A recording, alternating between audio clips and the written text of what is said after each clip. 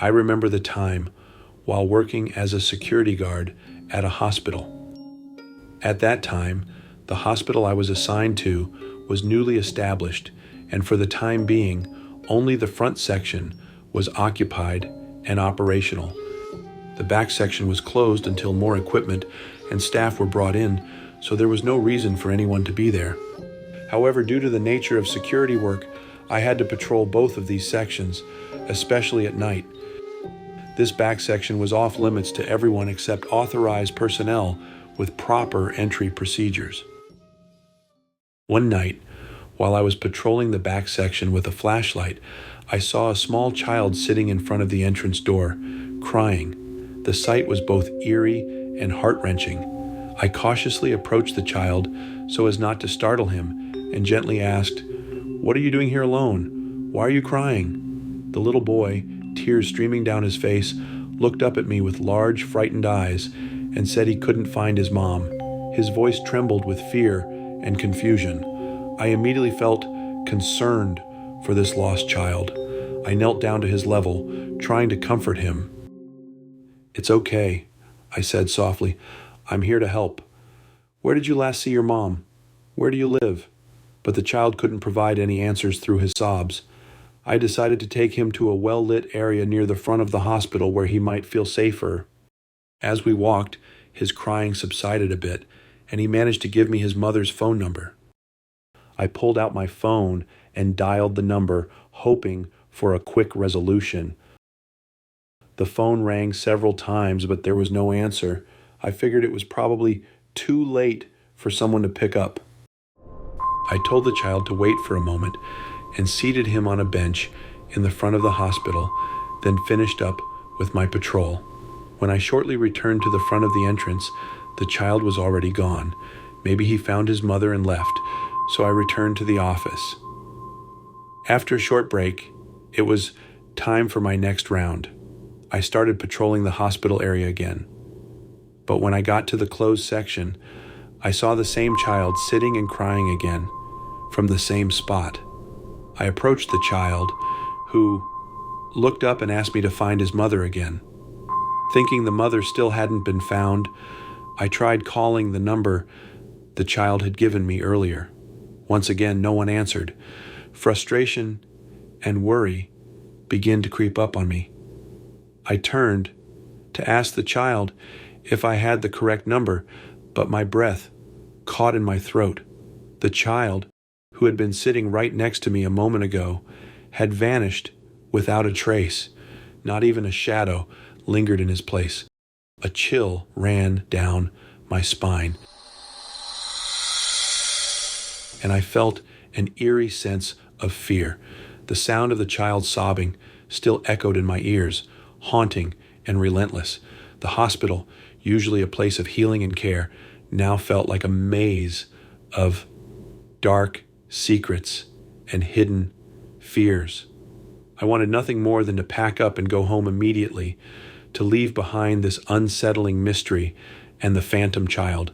But I had a responsibility to secure the premises until the next shift arrived.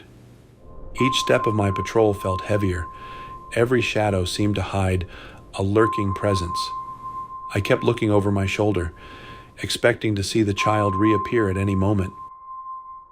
I somehow managed to push through the rest of the night until the morning shift change. Exhausted and unsettled, I started heading home, walking to the subway station. As I stepped onto the subway platform and waited for the train to take me home, my phone rang. I took it out of my pocket and saw that it was an unknown number. When I looked more closely, I realized it was the number the child had given me earlier. My heart raced as I answered the call. On the other end, a woman's voice asked who I was, saying she had missed a call from me late last night. I explained that a child had approached me, saying he had lost his mother and had given me this number to call, and gave a short description of the boy. There was a brief pause, filled with the distant sounds of the subway and the early morning chatter.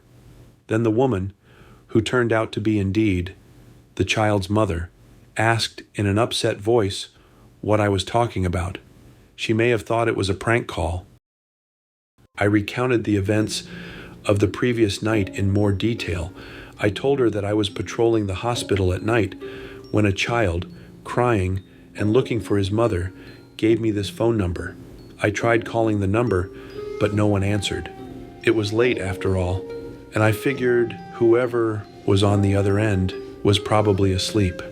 Her voice trembled when she finally responded, after a long pause, asking if what I was saying was true. I reassured her that I was telling the truth and asked if something was wrong. Her follow-up response was a total shock to me. She began to explain to me with a breaking voice that she had a child who went missing even before attending elementary school. For a brief moment, I wondered if the child I saw was the missing one. The woman continued, explaining that they eventually found her child, but tragically, the child had passed away. For a moment, the world seemed to stand still. I felt a chill run through me as her words sank in. Could the boy I had seen have been the spirit of her lost child? I listened as she continued, her words painting a haunting picture. His body was found near the closed-off section at the back of the hospital, the same place where I found the boy. A sense of dread washed over me, mixed with sadness. The realization was too much to bear. The boy I had seen wasn't just any child. He was a lingering spirit, lost and searching for his mother, even in death. The experience had shaken me to my core. After learning this, I was so shocked that I couldn't continue working there. I eventually quit that job and found work elsewhere, trying to move on. Sometimes, I still wonder if he's still out there, looking for his mother, caught between worlds. The experience left a deep impression on me, and I often find myself pondering the strange and haunting events that occurred during my time as a security guard at the hospital.